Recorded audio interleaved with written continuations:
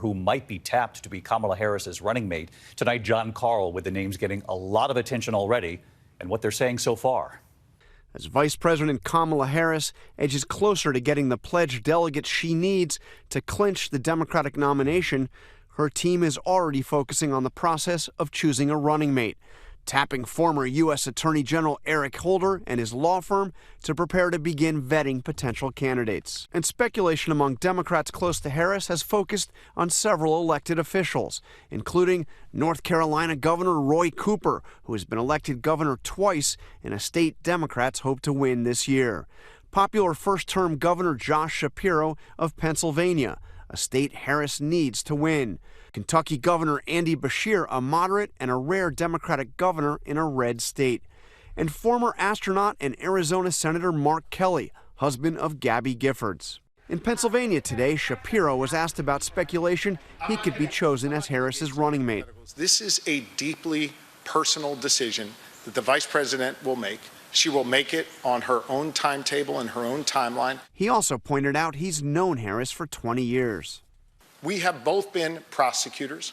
Governor Shapiro was one of the first calls the vice president made after President Biden announced he was bowing out. Our conversation was all about how we beat Donald Trump and protect our freedoms here in this Commonwealth.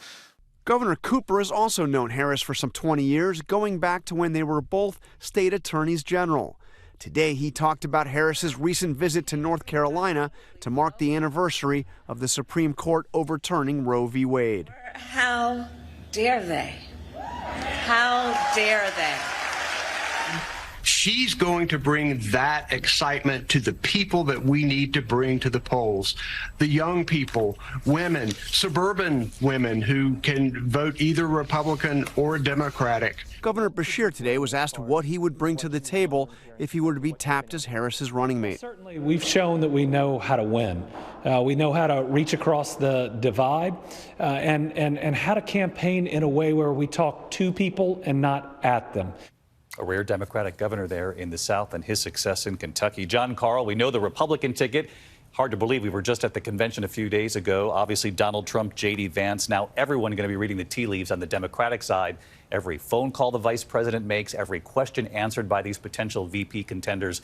You know, one of the first calls you reported there that was made public, the vice president calling a popular Pennsylvania Governor Josh Shapiro. What do we know, and who else has she talked with?